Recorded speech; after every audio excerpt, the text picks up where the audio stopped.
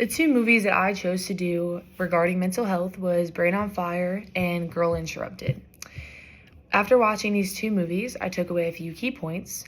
The first one with Brain on Fire, I wanted to strictly focus on misdiagnosing patients because symptoms may align with other physical illnesses, or vice versa, they align with mental disorders and they're thinking that it is portraying a different type of disorder when it has one.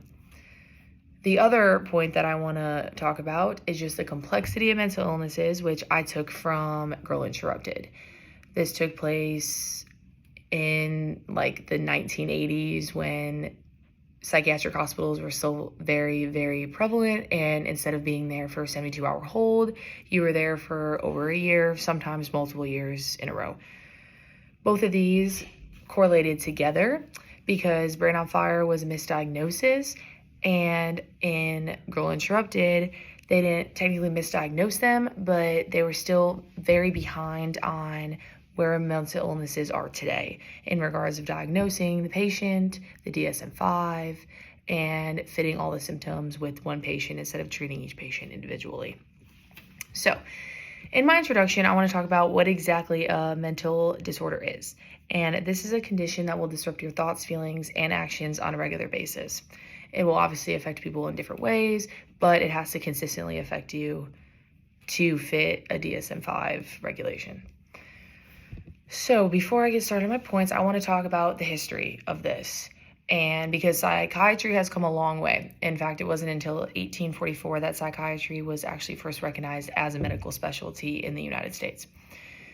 Then we finally made some more strides in the mid-20th century when Eli Robinson and Samuel Hughes and a few other small researchers at different clinics actually founded the Renard School of Psychiatry at Washington University. And this finally eschewed this whole dominant practice in America of psychiatry and psychoanalysis.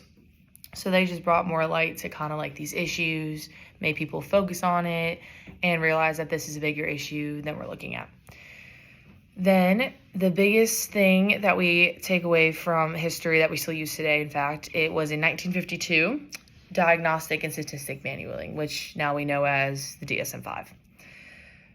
This was finally published, and this was huge, because this is actually what we use to diagnose patients even today. Obviously, there have been some tweaks and changes, but this was the first actual standard that psychologists used to assess patients, and it helped with understanding mental illnesses and misdiagnoses.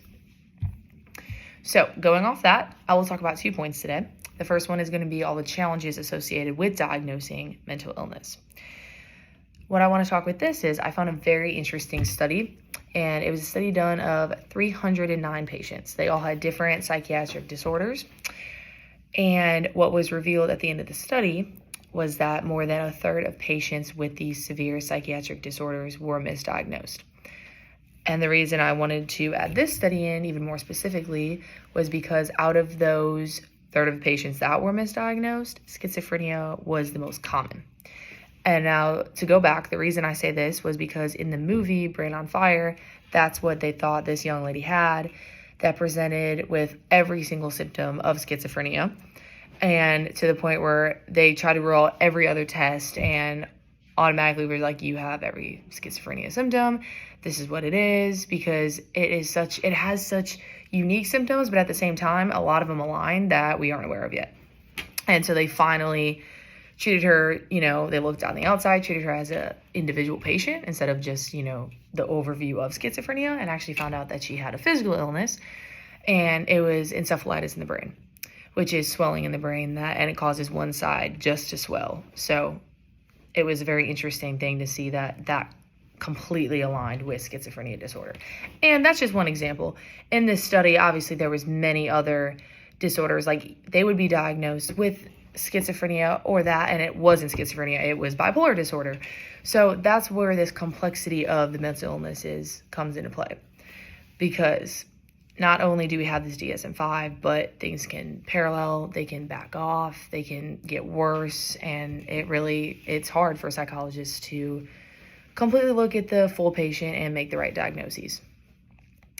This study was super, super important because it revealed reasons why misdiagnosis happens, because sometimes they're too quick to go with it or they think it's this, but further analysis, and like I said, it's come a long way, so we have less misdiagnoses now, but it does still happen. This study was actually very recent. It was in 2021, so it still does happen. But to bank off my second point now, is I want to talk about the complexity of mental illnesses. So a lot of people say mental illness is like any other medical illness, and that's not true. Because a lot of times when a patient comes in, they think that it is automatically either physical or mental. They don't understand that sometimes those can relate, one can be the other. So in this article, was in 2015, of Mala was the author.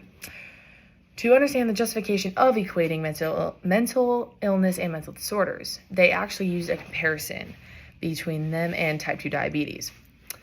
This seems super, super like far-fetched, but it really goes to show that a lot of this stuff can start with physical issues. So type 2 diabetes actually caused a lot of symptoms of psychiatric disorders. And so when they started treating some of these symptoms with diabetes, they're actually seeing how that can help with some mental disorders. You know, patients get a lot of anxiety, depression with this. It's a very hard disease to beat. And they showed that especially in schizophrenia and depression, that curing some of these symptoms with diabetes, it caused lower rates of mental illness. So it just goes to show that a lot of times the physical can par with the mental. So just to think that something that completely looks unrelated can completely be related to mental illness just shows the complexity of every single illness. So in conclusion, I want to review kind of my introduction again, which is mental disorders, not always, but the general term of that is conditions that will affect an individual's thoughts, feelings, and actions on a daily basis, which causes them to come in. And finally, we have made tons of strides, but for it to not even be recognized until 1844 is frightening, because a lot of patients is not to say that this just started happening. People have struggled with this for many years. We just finally had a name for it. And 1844 was when it finally even got brought into light as a real medical issue. And then obviously, like I said, many researchers that I mentioned in the beginning played such a vital role in diagnosing that we still use today. So, like I said, more than a third are still getting misdiagnosed even in 2021. Several reasons can contribute to this. And I think if we just started to, like physicians and researchers, if they started to treat each patient individually instead of just looking at the DSM-5 as a whole, a lot of this misdiagnosis could go away, because every single person is different. And as it said here, we're now relating diabetes to mental health. So there's way more to play here than just looking at this DSM-5, asking their symptoms, and saying this is what it is. It could be multiple things, even physical, as we showed in some of these movies. Also, I think going based off of treating each patient individually, instead of acting prematurely with the diagnosis, they need to make sure they rule every single other similar disease in order to prevent this.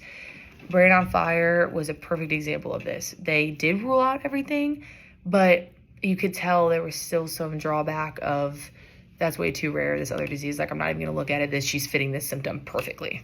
And then the girl would have ended up dying. So instead of jumping the gun on that, I think they need to really take some extra time and really break everything down to the point where it's this has to be it.